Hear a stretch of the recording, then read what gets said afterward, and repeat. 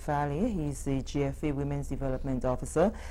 He is originally from the United Kingdom, played semi-professional football and has been a coach for the past 15 years, coaching both men and women. And he has been assigned to the position of Women's Development Officer at the Grenada Football Association for the past 3 months. We know over the years there have been much debate, much dialogue over the attention given to women's football under the umbrella of the Grenada Football Association. And this morning we're here now to speak with someone who has the task of ensuring that women's football grow and they acquire the right skills and techniques and so to take the sport to another level. So good morning to you again. Good morning, thank you for having me. Okay, as I said in the brief introduction that you were from the United Kingdom and you played semi-professional football. Now you're here in Grenada as the Women's Development Officer, GFA Women's Development Officer in terms of football. Tell us about that link. How did that come about? How did you move from the United Kingdom to becoming the coach, I should say, the person responsible for developing women's football? I mean, it's been a long journey. So for the last kind of 10 years, I've been traveling around the world. I started working in the United States initially. While I was there, I kind of saw the opportunities that are available for academic and kind of student athlete scholarships. And I think that was kind of the start of the road for me. So I then moved to Mexico. Since then, I've been around the world in Africa and Asia, New Zealand, all over, back in Europe at times to do my qualifications as well. And while I was in Singapore, I met Trevor McIntosh, who was the previous technical director at GFA. And so he contacted me while I was at a position in Cambodia, and I came over initially to work with the men's team in 2016 and saw the potential that's here in Grenada and was very excited to be part of a project. It didn't quite work out at the time. And so yeah, I came back earlier last year, 2019, to do a little project in Karakou, and yeah, now I'm working on the women's side of things. Okay. Well, as I said before, the women's football in Grenada, it is now, after a few years, trying to surface again. What are some of the root challenges that you say that you would have to work on, because 3 months is fairly reasonable new? Yeah, sure. In terms of taking women's football to another level? I think it always starts at community level. Around the world, it's about developing a community support for what's going on.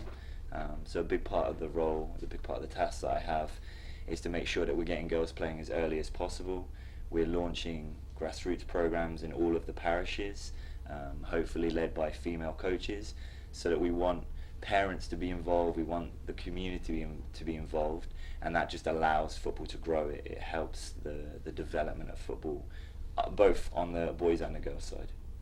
And the interest thus far, how many meetings have you had?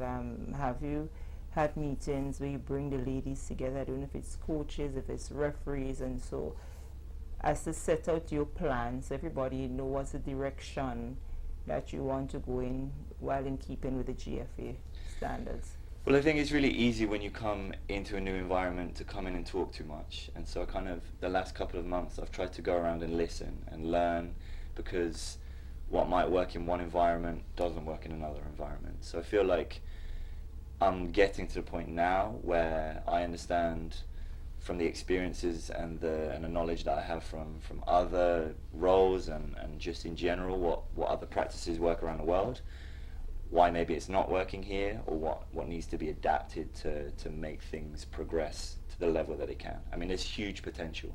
We have the girls U20 group going off to Dominican Republic next month. We have the U17s the following month. There's clearly a lot of talent. There's lots and lots of talent. So now we need to make sure that there's pathways, that there's the support system to allow the girls to be successful. So what are some of the immediate interventions you see needs to happen? Because you said you have the under 17 going out, you have the under 20 going out. What are some of the immediate interventions that needs to be had with specific reference to the teams that have to leave?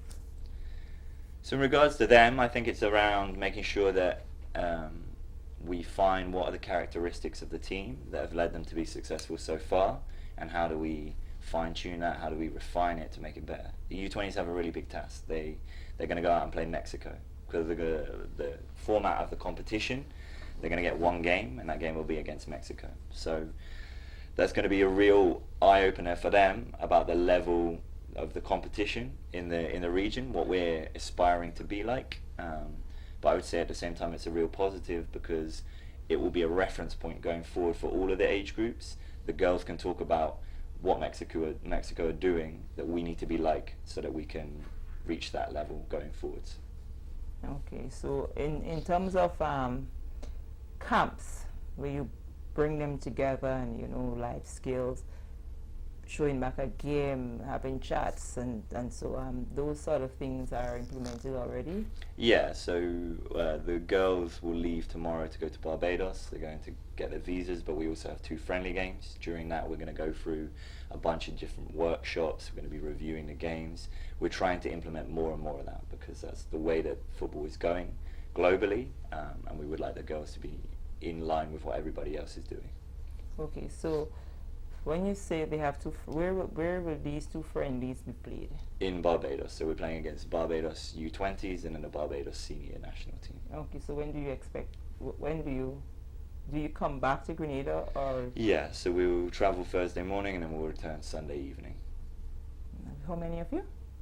20 or 19 players. And then all 19 has to get the visas as well? Mm-hmm, yeah. Okay. So we talk a bit to the under 20, but you also have the under 15s, you said? U15s is later in the year, so we have U15s in August, but the U17s. The U17s. Yeah. And what sort of competitions are they preparing for, and, you know? So the blend of the group, of the U20s group, is that we have a large quantity of U17 players in there. So part of their preparation for their tournament will be everything that's going on for the U20s as well. So that's a real bonus for us, because it means that we can really focus our time and resources on working with the players and giving them as much opportunity to train and play friendly games and prepare as well as they can. We're very, very excited for that U17 group. It's a very talented group, and we believe that they can really go and do something when we're out there. Okay, so do you have, would you say you have all-round strengths, or you have strengths in the strikes, strengths in the midfield? I mean, I think our attacking players are very exciting. I think it's a group that's got lots of goals in them. They have a very open spirit about the way they play the game. We're trying to refine that and make sure that that's put into a team environment, and getting them to understand how and when to use that.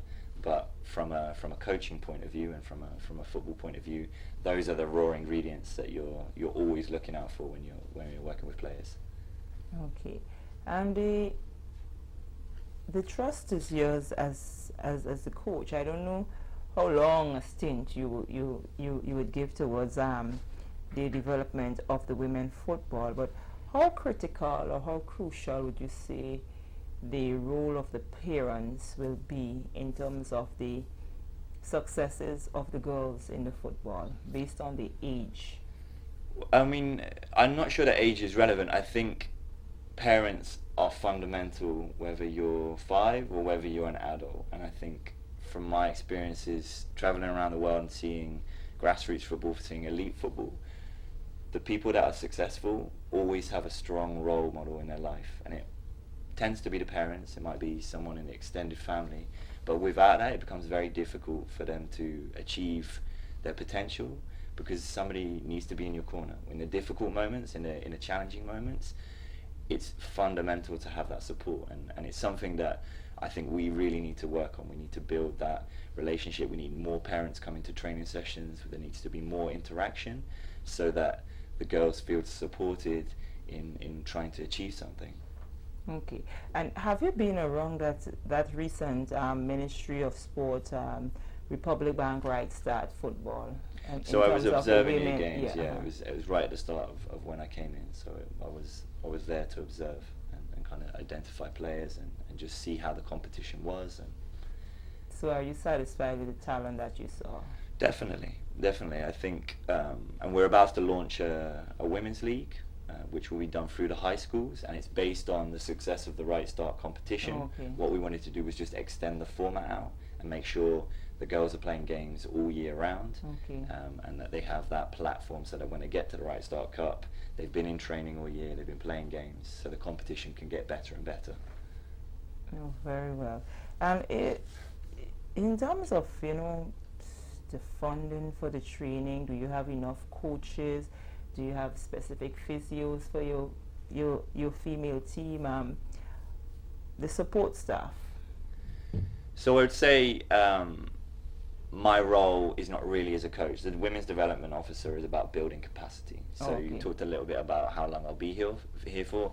The reality is the objective in the role is to find a female candidate to Okay. replace me. Oh, So to okay. mentor someone to take over the role. And the whole initiative of it is to build capacity. So we need more coaches, we need more administrators, we need more everything on the women's side of the game. So I'd say right now it's not perfect. We're slowly building, and it's my job to get out and go and meet interested individuals and help them to develop their skills, find pathways for them, find experiences and opportunities.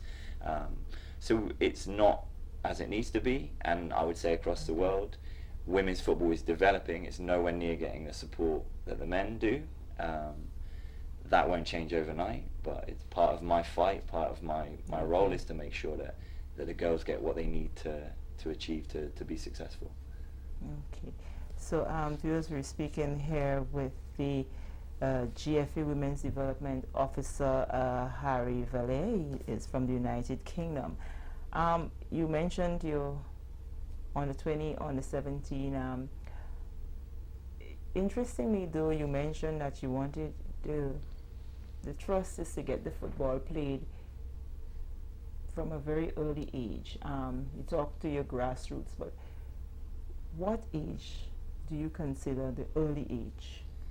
So if you compare growing up in the UK, boys and girls will be playing at 4 or 5 in competitions.